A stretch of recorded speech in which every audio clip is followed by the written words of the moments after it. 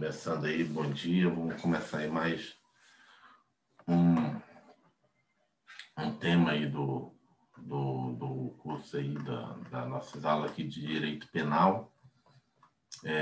Ontem nós vimos aí a aplicação da Lei Penal, né? A aplicação da Lei Penal no tempo. Na verdade, nós tínhamos visto o conceito, né? O conceito de crime, contravenção penal.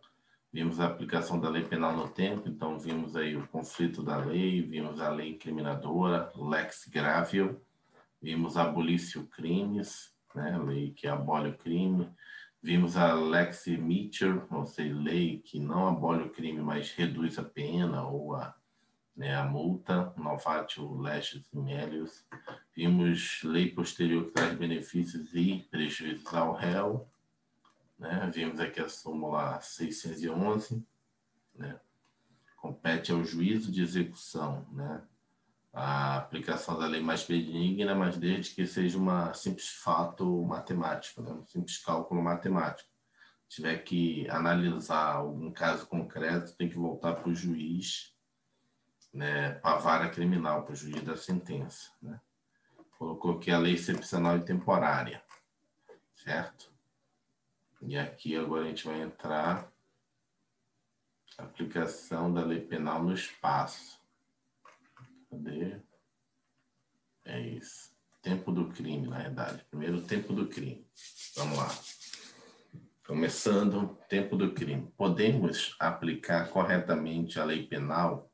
Para podermos aplicar corretamente a lei penal, é necessário saber quando se considerado, quando será, né? Quando será considerado praticado o delito. Três teorias buscam explicar quando se considera praticado delito. Ou seja, ele fez um arrazoado de como é que você aplica a lei no tempo, né?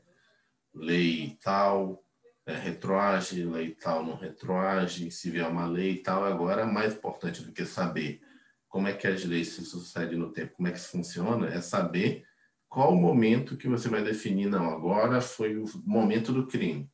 Porque o exato momento que você sabe, não, agora foi o momento do crime, você sabe a exata lei que você vai aplicar. Então, por isso que é importante esse tópico aqui, né? Por isso que cai muita coisa de prova sobre essa questão aqui de tempo do crime. Porque lá na frente a gente vai estudar que tem crimes que são continuados, tem crimes que são permanentes, né? Então, não é no momento que você começa a fazer, tem todo um entendimento para saber, não, agora, né? Inclusive que é uma questão da primeira apostila que a gente leu, que era um crime permanente, né? Começou uma lei, no momento que ele começou, né, a praticar o delito, era uma lei, e aí surgiu uma nova lei e ainda continuava praticando o delito. Então você aplica a lei posterior, mesmo mais gravosa, porque o crime não tinha se finalizado. Fechado o teu áudio, hein? Não tinha se consumado. Consumado ainda, e aí você aplicou a lei nova. Então temos a teoria da atividade. O crime se considera praticado quando da ação ou omissão, não importando quando ocorre o resultado. Então, ou seja, a teoria da atividade é o crime se considera praticado quando da ação ou omissão, não importando quando ocorre o resultado. Ou seja, o momento que você pratica o ato, o momento que você dá o tiro, o momento que você dá a facada, o momento que você rouba o objeto, esse é o momento da atividade que você fez. É adotada pelo artigo 4º do Código Penal. Vejamos. Considera-se praticado o crime no momento da ação ou omissão. E aí a gente vai ver também lá na frente que existem crimes omissivos, né? Tem isso, né? Existem crimes omissivos, a gente ainda não comentou sobre isso, mas existem crimes de omissão. Aqueles crimes que você deveria ajudar uma pessoa e acaba não ajudando, a pessoa vem... um caso, né, os casos normalmente da doutrina, a pessoa vem a falecer, então você cometeu um crime de omissão de socorro. Então, no momento da ação ou da omissão, ainda que outro seja o momento do resultado, né? Ou seja, qual é o momento do crime? É o momento que você fez a ação, ainda que o resultado venha depois. Como assim? Eu posso, né, atingir uma pessoa aqui uma determinada, sei lá, faca, objeto, ou um tiro, e a pessoa só vai morrer depois. Mas o momento do crime é o momento que eu pratiquei a ação. Teoria do resultado, né? Para esta teoria, considera-se praticado o crime quando da ocorrência do resultado, independentemente de quando fora praticada a ação ou omissão. Ou seja, primeira teoria, teoria da atividade, adotada pelo nosso Código Penal no artigo 4º. Teoria do resultado. O crime, ele se dá, vamos dizer assim, consumado no momento que você tem o resultado, né? Ou o tempo do crime é no momento do resultado, no momento que ele foi consumado, né? Como a gente falou antes. Agora a gente tem a teoria da ubiquidade, ou mista.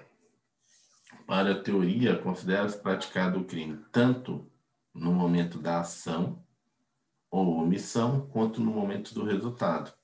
Como vimos, nosso código adotou a teoria da atividade como aplicável ao tempo do crime, ou seja, o tempo do crime é o momento que você cometeu a ação. Isso representa sérios reflexos na aplicação da lei penal, pois esta depende da data do fato, que, como vimos, é a data da conduta. Nos crimes permanentes, aquele caso que a gente respondeu uma questão, né, ou crimes, né, continuados, no crimes permanentes aplica-se a lei em vigor ao final da permanência delitiva, ainda que mais gravosa que a do início. O mesmo ocorre com crimes continuados, em hipótese que se aplica a lei vigente à época do último ato praticado. Essa tese está consagrada pelo STF através do enunciado 711 da súmula de sua jurisprudência, súmula 711 do STF. A lei penal mais grave aplica-se ao crime continuado ou ao crime permanente se a sua vigência é anterior à cessação da continuidade ou da permanência. Ou seja, tanto o que é o crime continuado, né? O crime continuado é, assim, você comete vários crimes um atrás do outro, sempre na mesma situação. Tipo, uma pessoa que é, assim, não querendo, vamos dizer assim, dar exemplos menores, mas, assim, uma pessoa que trabalha num certo, vamos dizer, caixa ou numa caixa de recebimento de um bar, de um restaurante, de um supermercado, dessas coisas todas. E aí ela fica responsável por aquilo ali, né, 2, 3 vezes na semana, no final da semana. E toda vez que ela faz aquilo, né, fica responsável por aquilo, ela faz algum negócio ali para ela pegar, né, furtar ali algum valor. E ela faz toda vez que ela está lá, né, nessa situação. Ou seja, ela não cometeu vários crimes de furto, ela cometeu um crime de furto que foi continuado, né? Ela fez várias vezes a mesma ação. Então, ela não vai ser punida por vários crimes, né? Não vai ser um crime só, que ele foi continuado, foi reiteradamente feito várias vezes. Esse é o conceito mais simples de você entender o que é um crime continuado. Um crime permanente é o crime clássico da extorsão mediante sequestro, né? Então, você vai e aborda uma pessoa e aí faz, né, ela entrar no seu carro e fica fazendo saque, né? Fica fazendo saque ou rapta mesmo ela, ou, né, enquanto estiver ali com a pessoa, você está na continuidade do delito. Ele está continuado. Você pode levar ele e pedir resgate para a família, ou seja, ainda não acabou o crime, está continuado. Ele está permanente, desculpa, ele está permanente. Continuado é você praticar a mesma ação o tempo todo, não? Eu queria perguntar uma coisa, deixa eu te perguntar. Por exemplo, o cara veio, aí roubou assaltou mesmo algum lugar, pá, com a arma. Aí logo em seguida ele parou um veículo e roubou o veículo. Aí no meio desse roubo ele foi ali, parou e já assaltou mais algumas pessoas. Isso seria enquadrado como continuado ou permanente? Permanente, não é isso? Nenhum dos dois. Nenhum dos dois? Nenhum dos dois. Ele está cometendo vários delitos. Eu posso pegar aqui rapidamente, mas aí a grande diferença é que ele está, a não ser que o Hobbes estivesse, na realidade, fazendo isso com a mesma pessoa, né? Mas eu posso ver aqui para a gente tirar essa dúvida, mas tem essa questão. Ele tem que Tem as características do crime continuado. Pela descrição que você me deu aí, não é uma característica de crime continuado. Então, Ele não é uma repetição da mesma coisa, né? não é Foi repetição. alguns fatos diferentes. Diferente. Ele está... Né, um ali está cometendo crime contra o patrimônio, o outro ele está roubando, não sei, vamos ver aqui o conceito. Então, deixa eu ver aqui. O curso de crimes.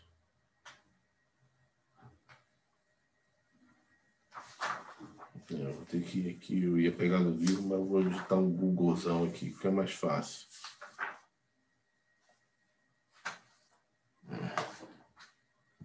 Deixa eu ver se você continua vendo aí.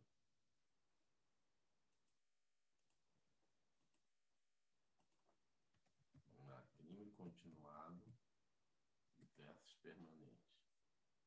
Vamos lá, o crime permanente é aquele cuja consumação se protrai, ou seja, se prolonga no tempo. Já o crime continuado, ele repita-se, ou seja, repete-se.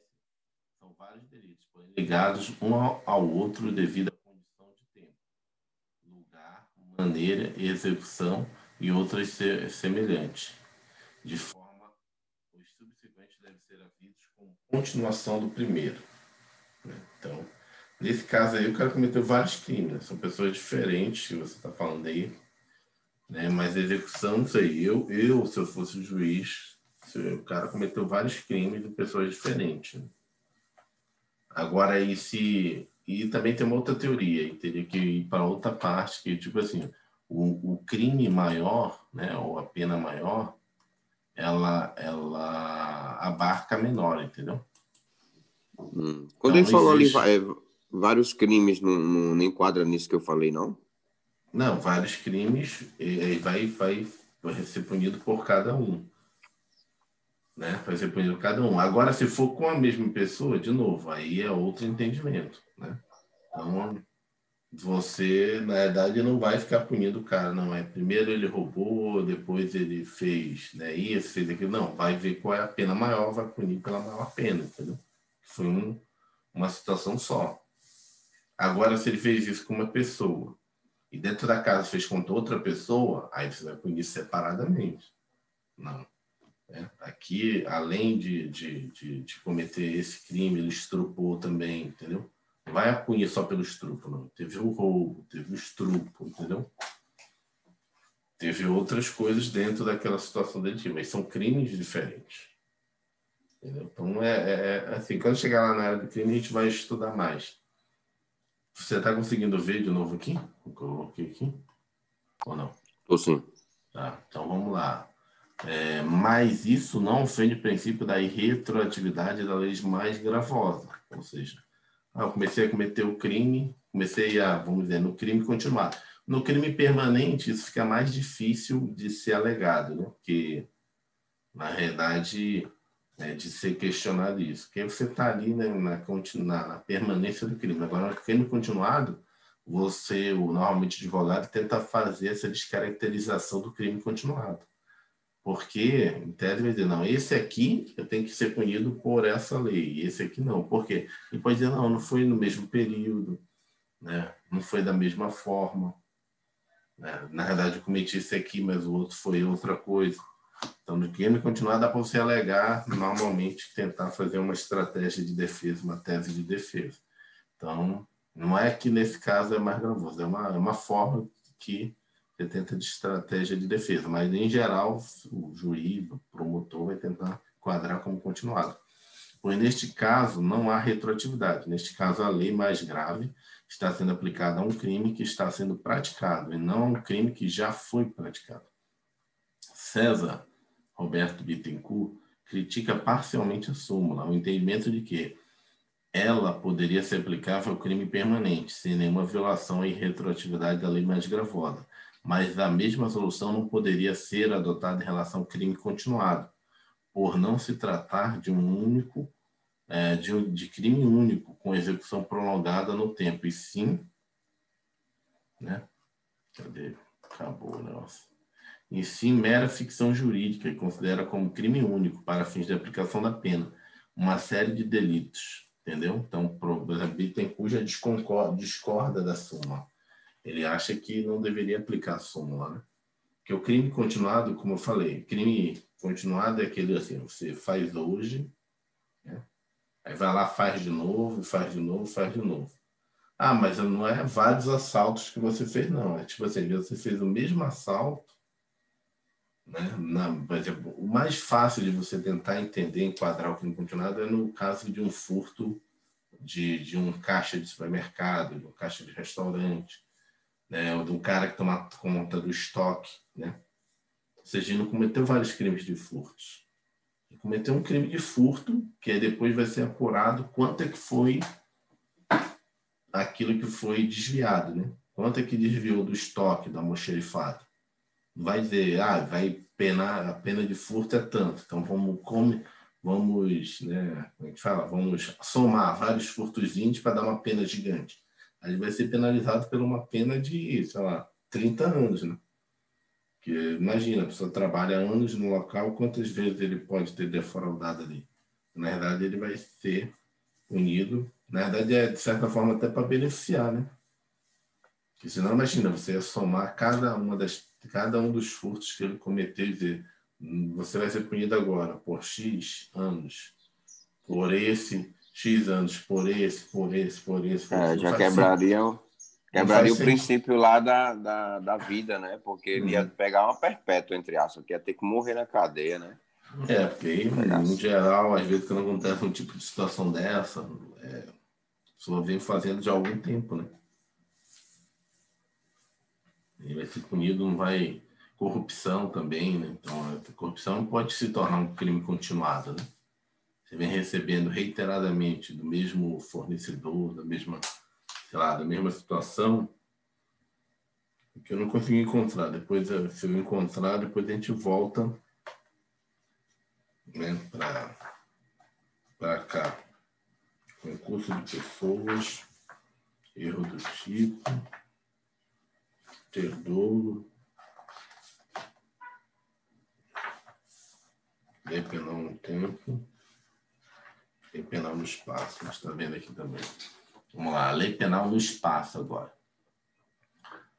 O que a gente viu foi no tempo, agora a gente vai ver, né, no tempo no percurso, né, da ação. Agora a gente vai ver no espaço, ou seja, no local. Qual é o local do crime? Tão importante quanto conhecer as minúcias referentes à aplicação da lei penal no tempo é conhecer as regras atinentes da lei penal no espaço, ou seja, no local. Espaço é local físico, né? Espaço. Toda lei editada para vigorar no determinado tempo e no determinado espaço, no que tange à lei penal. Via de regra, ela se aplica dentro do território do país em que foi editada, pois este é o limite do exercício da soberania de cada Estado, ou seja, nenhum Estado pode exercer sua soberania fora do território. E Estado, ele está falando, não é Estado, federação nosso, não. Estado brasileiro. Né? Brasil, Chile. Quando ele usa esse Sim. Estado, é Estado nacional. Aí entra até a extraterritorialidade, né? Que você... Um avião é do Brasil, mesmo que ele esteja lá na China, né? Isso. A gente É um vai ver brasileiro. aqui. Tem várias situações. Avião, navios, né? Presidente da República, tem alguns casos aqui de aplicação. Uma territorialidade. Essa é a regra. No que tange a aplicação da lei penal no espaço. Pelo princípio da territorialidade, aplica-se a lei penal aos crimes cometidos no território nacional. Assim, não importa se o crime foi cometido por estrangeiro ou contra vítima estrangeira. Se cometido no território nacional, submete-se à lei penal brasileira. Ou seja, o crime cometido aqui por um turista, ele vai ser punido pela lei brasileira, apesar de ser estrangeiro.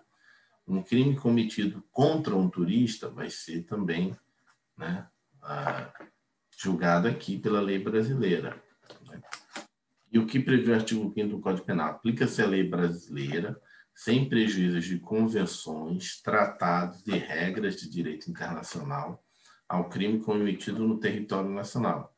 Na verdade, como o Código Penal admite algumas exceções, podemos dizer que o nosso Código adotou o princípio da territorialidade mitigada ou temperada. Por quê? Essa é a regra e aí a gente vai ver as exceções, ou seja, não é a regra. Aí vamos lá, até botou aqui. A maioria da doutrina, contudo, não tece críticas às súmulas. Ok. Isso aqui é do anterior, está vendo? Ver por todos, Gomes, tá, nada a ver. Vamos lá. Então, o território pode ser considerado como espaço que o Estado exerce sua soberania política. O território brasileiro compreende o mar territorial, que é 200 milhas marítimas, ou seja, 200 milhas marítimas. A gente tem o mar territorial. Tem uma outra parte, agora não me lembro os valores aqui, que apesar de não ser o mar territorial nosso, ele é uma zona econômica nossa, ou seja, não se aplica aqui no direito penal, mas também ninguém pode usar aqueles recursos nossos, entendeu? Então, tipo, se tiver petróleo, pesca, essa coisa toda é brasileira. Se vier alguém de um outro país sem autorização para tirar petróleo numa determinada área, ele está infringindo legislação internacional, porque tem a mar territorial é Brasil. É Brasil. E tem uma zona exclusiva de atividade econômica que não é assim, para ponto de vista, mas não pode ser usado por todo mundo. A pessoa não precisa pedir autorização para entrar, para passar por ali, entendeu?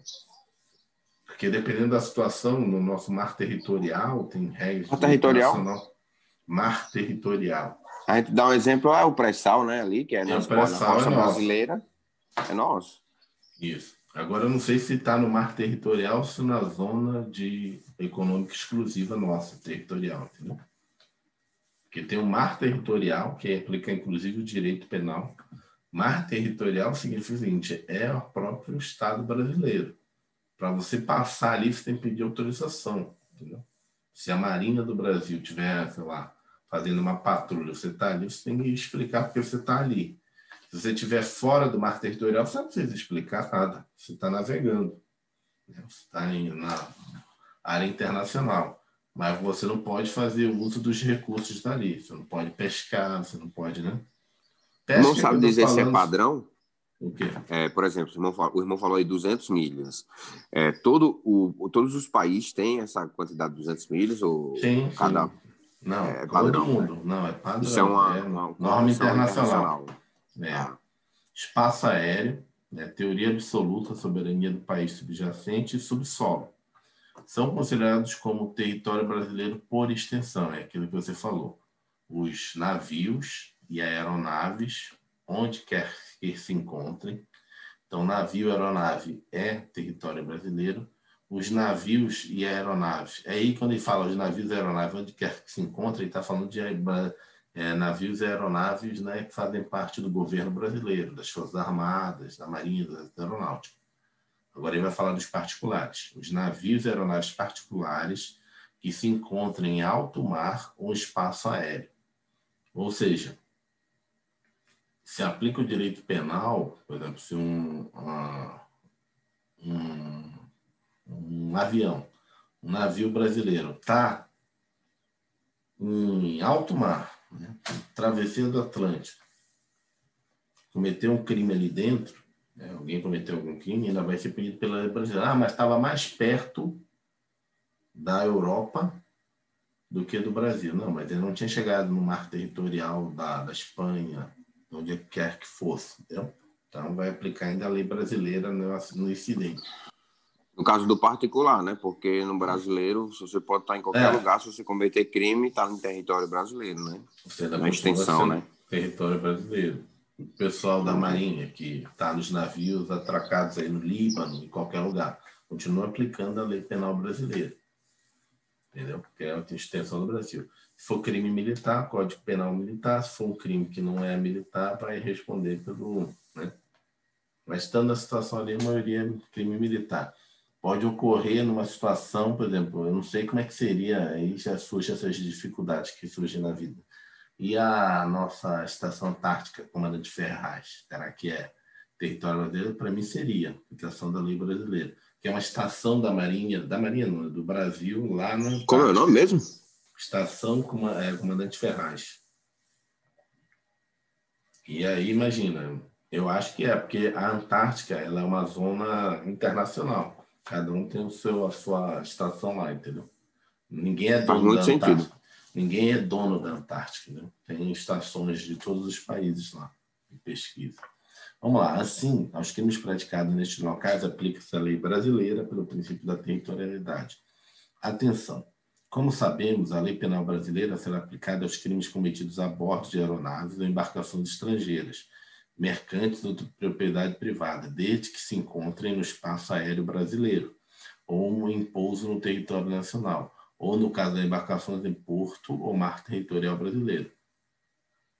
Contudo, a doutrina aponta uma exceção, a aplicação da lei brasileira neste caso. Trata-se do princípio da passagem inocente.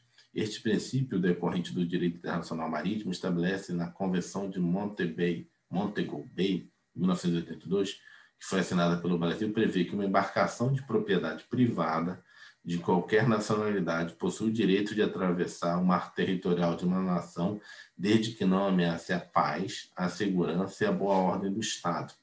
Aplicando tal princípio ao direito penal, a doutrina entende que se um crime for praticado a bordo de uma embarcação que se encontre em passagem inocente, não será aplicável a lei brasileira a este crime, desde que o crime em questão não afete nenhum bem jurídico nacional. Exemplo, um americano mata um holandês dentro de um navio argentino, uma situação de passagem inocente. Eles estão navegando ali e mata alguém lá dentro do navio. E, logicamente, provavelmente vai atracar aqui no Brasil. Então, vai responder pela lei que eles acharem melhor. Como o cara botou um caso difícil aqui, né? Americano, holandês e navio argentino.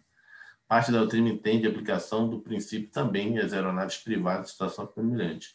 Cuidado, este princípio só se aplica às embarcações ou aeronaves que utilizam o território do Brasil como mera passagem. Se o Brasil é o destino da aeronave ou embarcação, não há aplicação do princípio. Ou seja, eles iriam passar por aqui para ir para os Estados Unidos. Aí aconteceu esse incidente lá, esse homicídio, e aí vai atracar, logicamente, aqui no Brasil. Não era o destino deles, mas aí aplica a Convenção de Montego Bay. Assim, para que possamos trabalhar com este princípio na prova, a questão deve deixar clara a situação de passagem inocente. Ou seja, a banca tem que deixar claro que pretende saber se você tem ou não conhecimento disso. Caso contrário, esqueça tal exceção. Extraterritorialidade. A extraterritorialidade é a aplicação da lei penal brasileira a um fato criminoso que não ocorreu no território nacional. Pode-se dar razão de diversos princípios, que veremos a seguir. Princípio da personalidade ou nacionalidade. Divide-se em princípio da personalidade ativa e da personalidade passiva. Pelo princípio da personalidade ativa, aplica-se a lei penal brasileira ao crime cometido por brasileiro, ainda que no exterior.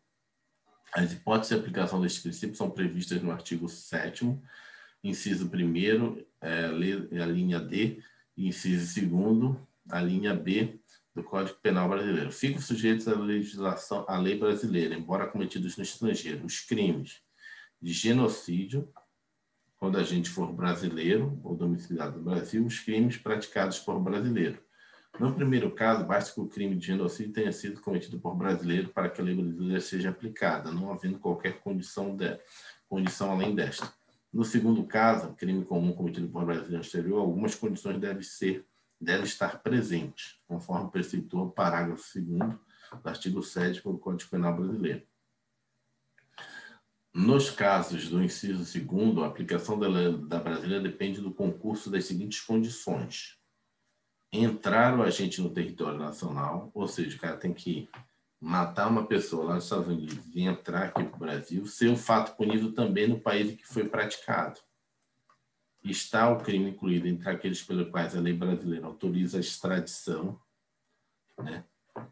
Não ter sido o agente absolvido no estrangeiro, ou seja, só está o crime incluído entre aqueles pelos quais a lei brasileira autoriza a extradição. Ou seja, se a lei não autoriza a extradição, né, ele não vai ser nem punido, porque tem que estar, ou seja, tem que estar todas essas condições para você punir o cara pela lei brasileira. Não ter sido absolvido no estrangeiro, ou não ter cumprido ainda a pena, não ter sido o agente perdoado no estrangeiro, ou por outro motivo não está extinta a punibilidade, segundo a lei mais favorável, ou seja, a lei mais favorável para o agente, ou seja, prescrição nos Estados Unidos 5 anos, no Brasil 10. Se já prescreveu lá, não adianta tentar punir o cara que fugiu aqui para o Brasil, entendeu? Então, já prescreveu lá, não vou punir o cara que, apesar daqui no Brasil não ter sido prescrito, mas é a lei mais favorável para ele. Mas a Então, gente também no Brasil não extradita só em caso de terrorismo e tráfico internacional, né? Só em casos assim, né? No caso de estrangeiro, né?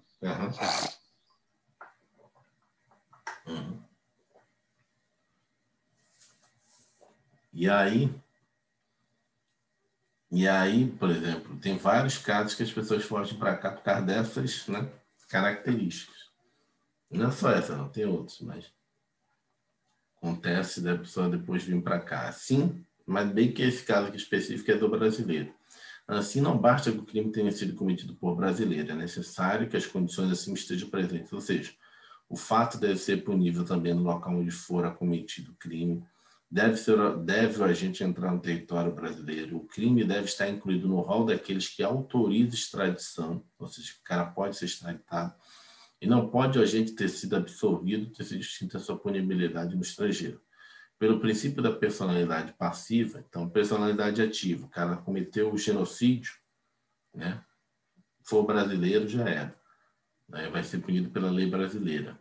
Praticado por brasileiro, então, ele tem que vir para o Brasil para punir ele. Se ele é praticado por brasileiro, ele está lá fora, teve casos agora do brasileiro que matou, não sei se foi na Espanha e Portugal, ele vai ser... Na Espanha. Ele vai ser na Espanha. E aí o caso que foi agora, né, que teve praticamente assim, várias situações, né? Foi um militar da aeronáutica que transportou droga para a Espanha. Só que a droga foi pega fora já do local. E aí acho que teve essa situação, que ele poderia até, inclusive, ser punido pelo governo brasileiro, mas ele não quis voltar. Ele falou, prefiro ficar aqui na Espanha. Ele foi, na verdade, ele vai responder preso lá na Espanha, vai responder o processo na Espanha. Mas ele poderia voltar, eu acho, pelo que eu entendi. Mas ele preferiu ficar lá, ser punido lá, entendeu? Entendi. Vamos lá. Agora, no caso de personalidade passiva, aplique-se a lei brasileira aos crimes cometidos contra brasileiro, ainda que no exterior, nos termos do artigo 7º, parágrafo 3º do Código Penal brasileiro. A lei brasileira aplica-se também ao crime cometido por estrangeiro contra brasileiro fora do Brasil, se reunidas as condições previstas no parágrafo anterior. Não foi pedida ou foi negada a extradição, né? Houve requisição do Ministro da Justiça. Perceba que, além das condições previstas para a aplicação do princípio da personalidade ativa, para a aplicação do princípio da personalidade passiva, o Código prevê ainda outras duas condições: ter havido requisição do Ministro da Justiça, não ter sido pedida ou ter sido negada a extradição do estrangeiro que praticou o crime. Ou seja, tem que ter todos esses aqui, né? O agente tem que entrar no território brasileiro, entendeu? Tem que ter todas essas condições ainda, não ter prescrito lá fora, aquela coisa toda, e acrescentar essas duas.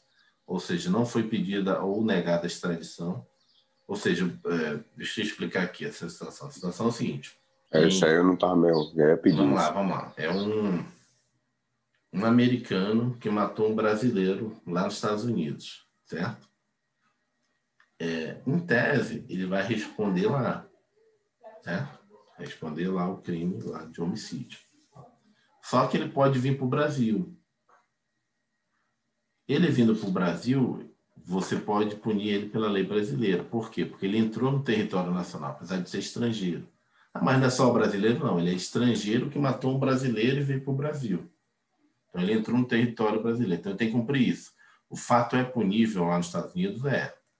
Está no crime incluído entre aqueles nas quais a lei brasileira autoriza a extradição? Tá. Homicídio, você pode extraditar a pessoa. Não ter sido absolvido no estrangeiro, ou não ter cumprido ainda a pena, não cumpriu. Não ter sido agente perdoado no estrangeiro, não foi. E ainda tem que ter mais esses dois. Não foi pedida a extradição, se os Estados Unidos não pediu para extraditar ele, ou não foi negada, sim. Houve a requisição do Ministro da Justiça. O Ministro da Justiça tem que Nosso ministro? Nosso Ministro da Justiça, né? Então é um caso diferente. É um cara que é estrangeiro, matou um brasileiro e veio para o Brasil. Ele fala aqui, ó, que tem que ser cumpridas as condições do parágrafo anterior, que é o parágrafo 2º, e mais essas duas. Tá vendo Agora aqui? eu Eu botei entendi. aqui, ó. Entendeu? Mais essas duas. Entendi. Eu acho assim, Princípio do acho assim, domicílio. peraí, rapidão. Ele foi lá e ele é do Illinois. Lá no Illinois, exemplo, tem pena de morte. Então ele sabe que se ele Não. matar uma pessoa, ele vai morrer. Aí ele vai e diz, não, vou pro Brasil, eu vou pagar lá. Ele quer pagar, por exemplo. Ele não quer ir para outro país que não tem a extradição. Aí ele vai, eu vou pro Brasil, porque no Brasil eu sei que eu vou ficar preso ali 6 anos. E se eu tiver um bom comportamento, eu saio em 4, 3 e desde que ele não tenha sido que tenha cumprido esses pré-requisitos aí, né? Uhum. Só que no nosso caso, ele vai ser punido pela lei brasileira se ele matou um brasileiro. Se ele matou um americano, vai extraditar ele, vai responder, vai devolver ele. Né? Vai extraditar se for pedido também, né? Porque Se se for ninguém souber... pedido. É, por isso que o pessoal foge para cá. Se não pedir, não vai extraditar. Só pede se você sabe se o cara está aqui, né? Você identifica o cara. Vários casos de pessoas passaram anos aqui no Brasil e ninguém sabia. Fora que a eu gente tenho um italiano agora tem que questão, foi extraditado, né? a gente tem as questões também de identificação civil no Brasil, é muito complicado. Você pode ter uma identidade civil em qualquer lugar do Brasil. Pode ter 27 estados da federação, de cada um que tu chega, você tira a tua identidade civil. Né? Qualquer polícia civil, se você quiser, você tem 27 identidades no Brasil, um em cada estado. Eu acho isso muito errado. Eu cheguei aqui, eles mudaram o meu RG mesmo. Deveria ser nacional, né? Pois é, mas não tem ainda identificação civil nacional. Então, você pode ter identificação, passaporte, carteira de motorista, carteira da OAB, enfim, outra viagem também. Princípio do domicílio. Por este princípio, aplica-se a lei brasileira ao crime cometido por pessoa domiciliada no Brasil, não havendo qualquer outra condição. Só há uma hipótese de aplicação deste princípio na lei penal brasileira. É prevista no artigo 7º, inciso 1, a linha D do Código Penal Brasileiro. Ficam sujeitos à lei brasileira, embora cometido no estrangeiro, os crimes de genocídio quando a gente for brasileiro ou domiciliado no Brasil. Ou seja, o cara cometeu um homicídio, ele é brasileiro ou ele é domiciliado, ou seja, é um estrangeiro que mora no Brasil, tem residência permanente no Brasil. Aí ele vai ser punido pela lei brasileira. Vamos lá. O princípio da defesa da proteção. Este princípio visa garantir a aplicação da lei penal brasileira aos crimes cometidos em qualquer lugar, por qualquer agente, mas que ofenda bens jurídicos nacionais. Está previsto no artigo 7º, inciso 1, a linha A, B e C. Os crimes ficam sujeitos à lei brasileira. Os crimes cometidos no estrangeiro. Os crimes contra a vida ou a liberdade do presidente da República, contra o patrimônio ou a fé pública da União, do Distrito Federal, do Estado, do território, do município, da empresa pública, sociedade de economia mista, da autarquia ou da fundação instituída pelo poder público, contra a administração pública por quem está a seu serviço. Vejo que se trata de bens jurídicos altamente relevantes para o país. Não se trata de considerar a vida e liberdade do presidente da República, mas importante que a vida e a liberdade dos demais brasileiros. Neste caso, o que se busca é garantir que um crime praticado contra a figura do presidente da República não fique impune, pois é mais que um crime contra a pessoa, é um crime contra toda a nação. Repare ainda que não é qualquer crime cometido contra o presidente da República, mas somente aqueles que atentam contra a sua vida e liberdade. Essas hipóteses pensam outras condições, bastando que tenha sido cometido contra os bens jurídicos. Aliás, será aplicada a lei brasileira ainda que o agente já tenha sido condenado, absolvido no exterior. Ou seja, além do cara tenha sido absolvido no exterior, ele vai ser condenado, a Justiça Brasileira vai pedir a extradição dele, vai tentar punir ele.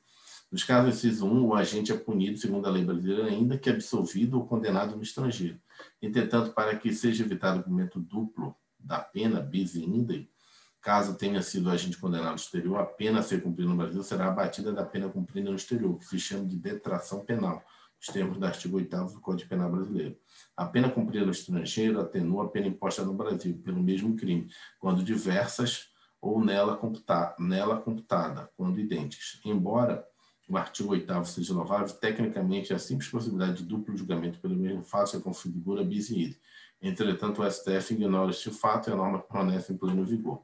Há quem entenda, portanto, que esta regra é uma exceção ao princípio do bis in idem, pois o Estado estaria autorizado a julgar, condenar e punir pessoa, mesmo já tendo havido julgamento, inclusive com condenação e cumprimento de pena em outro Estado. Princípio da justiça universal. Este princípio utilizado para a aplicação do penal brasileira contra crimes cometidos em qualquer território ou por qualquer agente, desde que o Brasil, através de tratado internacional, tenha sido obrigado a reprimir tal conduta. Tem previsão no artigo 7º, inciso 2, a linha A do Código Penal Brasileiro. Ficam submetidos à lei brasileira, embora cometidos no estrangeiro, os crimes que, por tratado ou convenção, o Brasil se obrigou a reprimir. Como a previsão se encontra no inciso 2 do artigo 7, aplica-se as condições previstas no parágrafo 2º, como ingresso do agente ao território nacional. E aí, princípio da representação, bandeira ou de pavilhão. Por este princípio, aplica-se a lei penal brasileira os crimes cometidos no estrangeiro a bordo de aeronaves e embarcações privadas, mas que possuem bandeira brasileira quando no país em que ocorreu o crime este não for julgado, ou seja, aqueles navios mercantes brasileiros. A previsão está no artigo 7º, inciso 2, a linha C do Código Penal Brasileiro. Ficam sujeitos à lei brasileira, embora cometidos no estrangeiro, os crimes praticados em aeronaves e embarcações brasileiras, mercantes ou de propriedade privada, quando em território estrangeiro, e aí não foram julgados, ou seja, não teve julgamento lá no país. Exemplo, se o cidadão mexicano comete um crime contra um cidadão alemão a bordo de uma aeronave pertencente à empresa aérea brasileira, enquanto esta se encontra parada no aeroporto de Nova York, pelo princípio da bandeira, a este crime poderá ser aplicada a lei brasileira, caso não seja julgado pelo judiciário americano. Cuidado, se no exemplo anterior o crime fosse cometido a bordo de uma aeronave pertencente ao Brasil, por exemplo, o avião oficial da Presidência da República, a lei penal brasileira seria aplicada não pelo princípio da bandeira, mas pelo princípio da territorialidade, que é o próprio Brasil ali, pois estas aeronaves são consideradas território brasileiro por extensão, onde quer que se encontre. Lugar do crime. Para aplicarmos corretamente o que foi aprendido acerca da lei penal no espaço, precisamos saber com exatidão qual é o local do crime. Para tanto, existem algumas teorias. Teoria da atividade considera o local crime aquele em que a conduta foi praticada, a teoria do resultado. Para esta teoria, não importa onde é praticada a conduta, pois, se considerada como lugar, né, do crime, é o local onde ocorre a consumação. Teoria mista ou ubiquidade. Esta teoria prevê que tanto o lugar onde se pratica a conduta quanto o lugar do resultado são considerados como local do crime. Esta teoria é adotada pelo Código Penal brasileiro. Entendeu? Então, se você tiver dúvida no local do crime, você mostra a teoria da ubiquidade.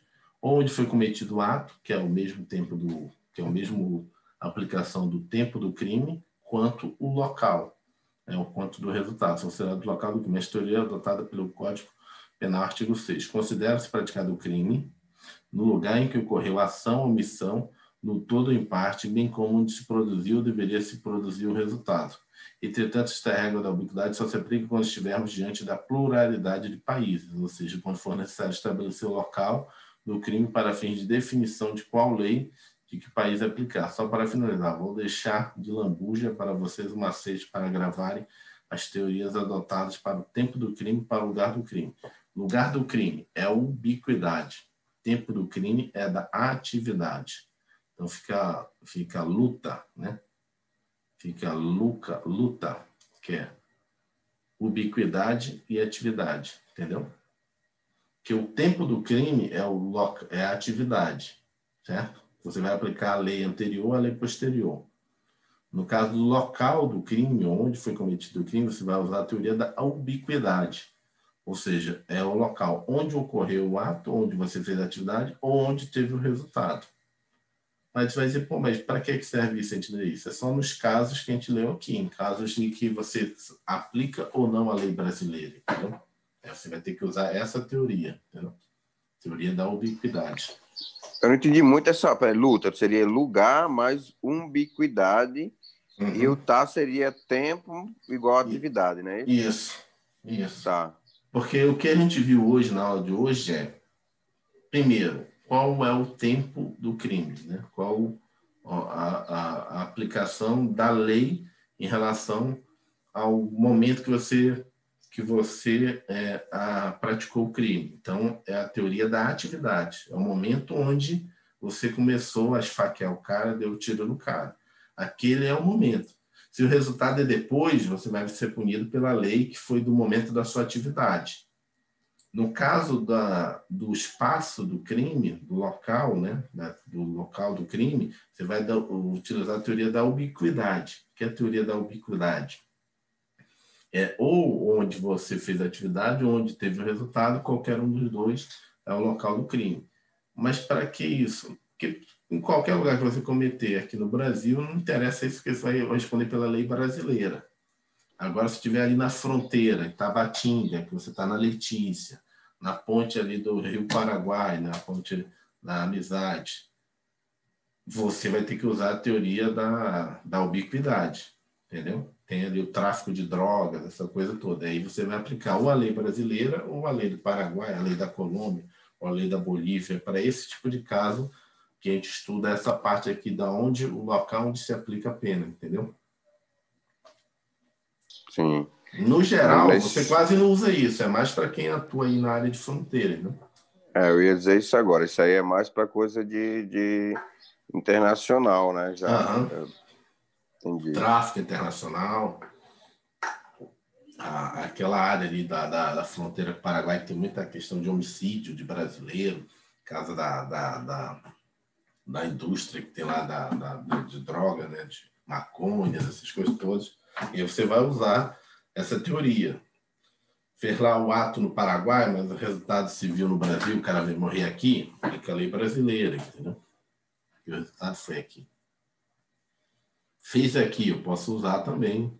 Fez o ato aqui, mas fugiu para o Paraguai, em tese, eu vou aplicar a lei brasileira, porque já teve, porque eu posso usar um ou outro, entendeu? E aí vai aplicar todas aquelas regras que a gente deu. Então, por hoje, amanhã a gente continua a extraterritorialidade, né? Deixa eu interromper aqui. Pausar a gravação.